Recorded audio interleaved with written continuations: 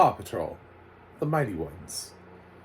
This is currently on Paramount Plus, and it has audio description, which is why I'm reviewing it and why I reviewed the first film, because they both have audio description, and that means your kids can watch them on Paramount Plus. So, just like I did with the first film, I don't really plan on getting into this in a deep, critical way and analyzing this film as an adult man with no kids, because I think that's everything that's wrong with critics. So, instead, we're just going to talk about, conceptually, the audio description.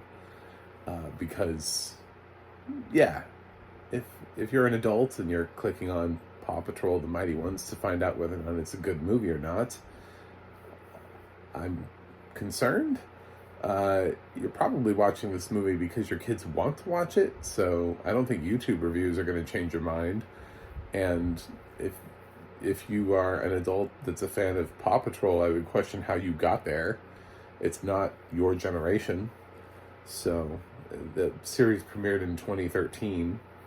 I don't know. I don't know how you got there. So, anyway, that being said, what is it about?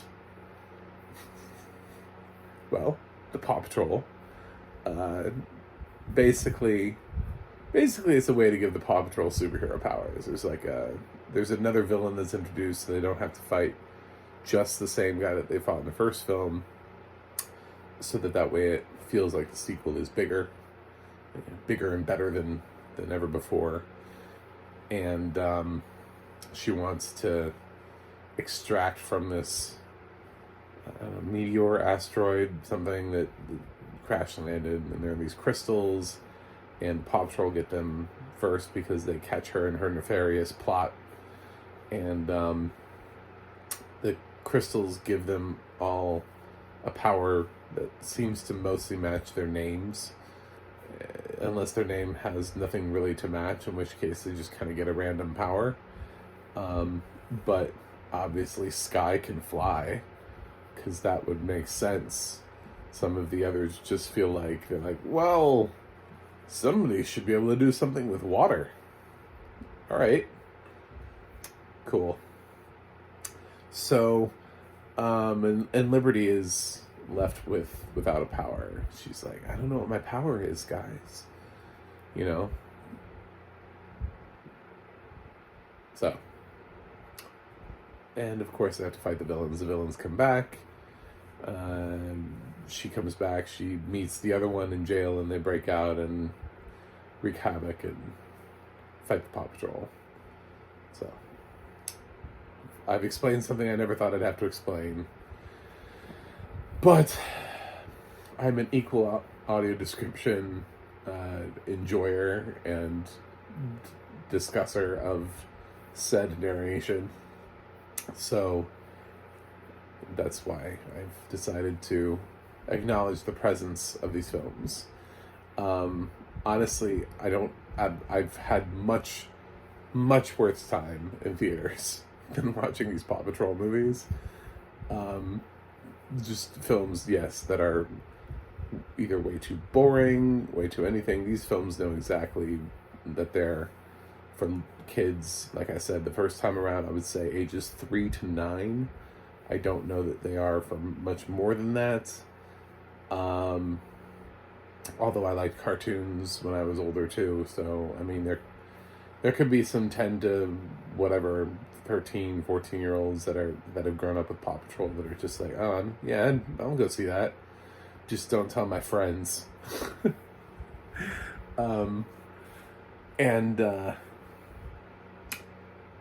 Yeah, this isn't for adults. So just know that when you go in there, they didn't make this for you. It doesn't contain a lot of those like innuendo humors that we get from several of the other sort of DreamWorks Pixar movies, where it's like, oh, that joke was for adults. That doesn't really exist here. it's for kids. That's what it is. So when I'm trying to think about, should critics be grading this, I'm like, what are we grading? Did we ask kids whether or not they liked it? Because that's where it's successful. I always say that I try to grade a film based on what it's trying to accomplish in its genre, instead of trying to compare it against every film ever made, because that would be insane. There's so many amazing films that have been made over the years, so many classics that we would struggle every year to even give an A grade to anything, if that were true. And a lot of films in a lot of genres would just consistently get like C's, and that would be like the highest they could ever get. And like, so many things have come before you, Paw Patrol. I don't know. I guess a C minus. I mean, I thought you were fine, but unfortunately, you're not Akira Kurosawa's Seven Samurai. So unfortunately, I can't give you an A.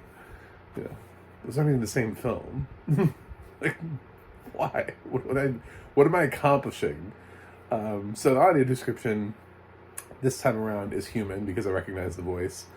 Can I tell you the narrator? No, I can't, because I was sitting there and I was like, I know this voice. The whole movie, I was sitting there. I was like, who is this? I've heard this voice before, and it was driving me insane. Slowly driving me insane.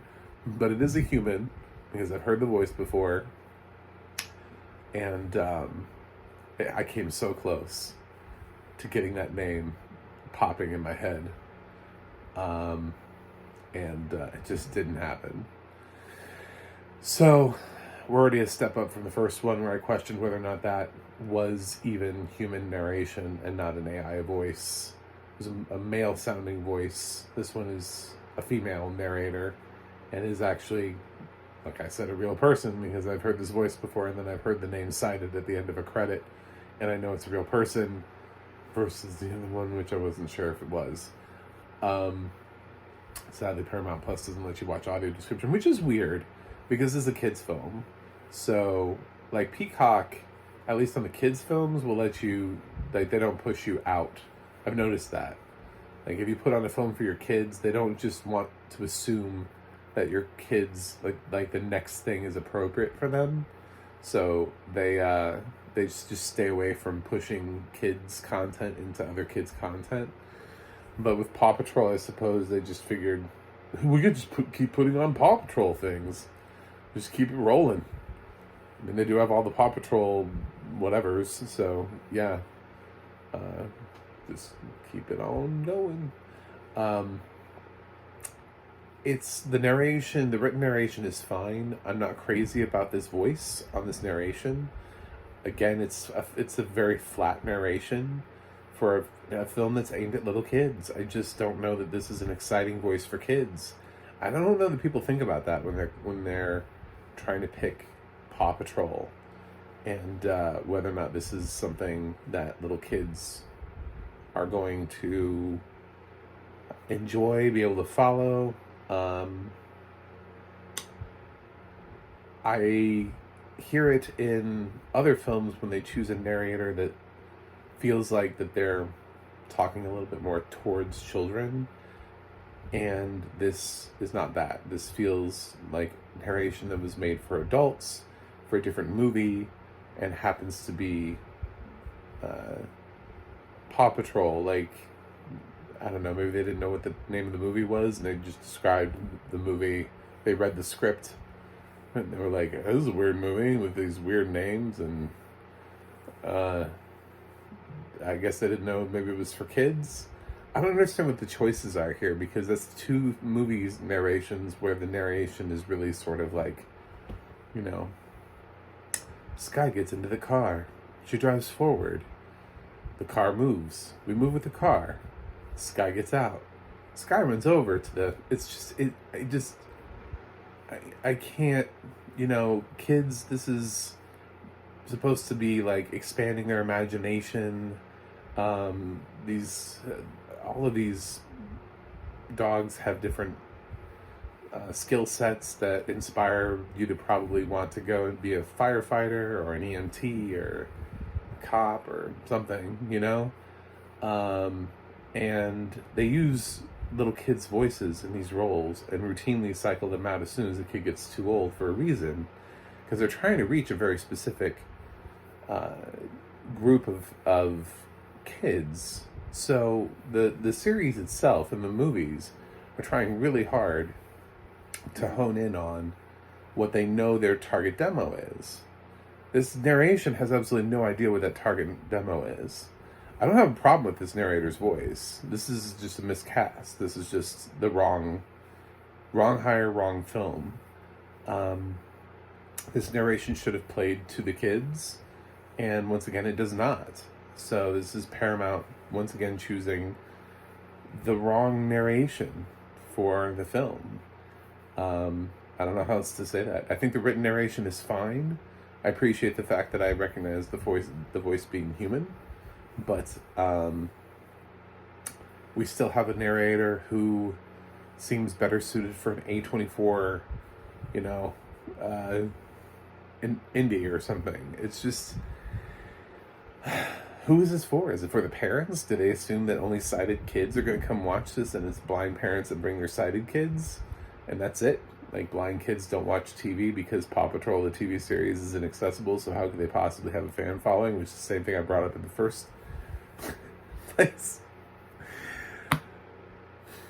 Just something to think about, you know. I mean, if you want to build fans, how are blind children supposed to be sitting around and getting excited for the Paw Patrol movies if the entire series prior has been inaccessible and lacks audio description? Just food for thought, Nickelodeon. On that measure, why don't you throw some audio description on your most popular junior series? And I can't say series overall because that'd be SpongeBob. Obviously, the audio description on SpongeBob would be the goal, the life goal.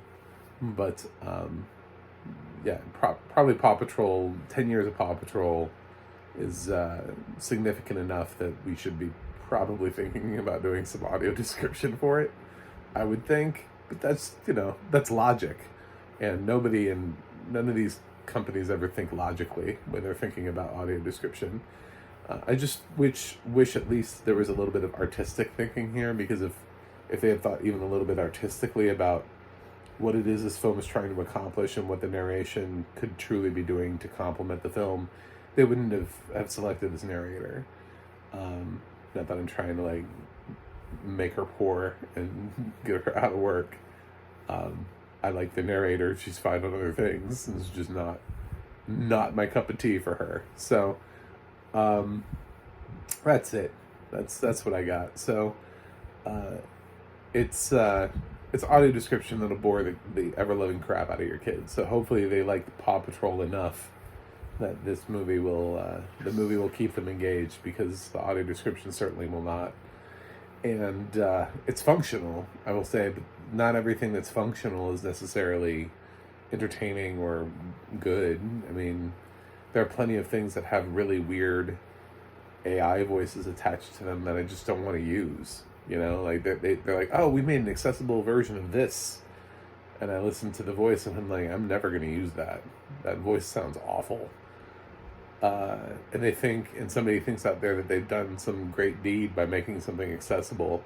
There are a lot of these just various devices that are made for blind people with like readers on them, but I don't think anybody ever stops to ask themselves, can you understand what the reader is saying? Because a lot of times these readers sound like they're voices from, like, I don't know, like the dawn of computers, you know, like back in like the 70s when computers maybe first spoke.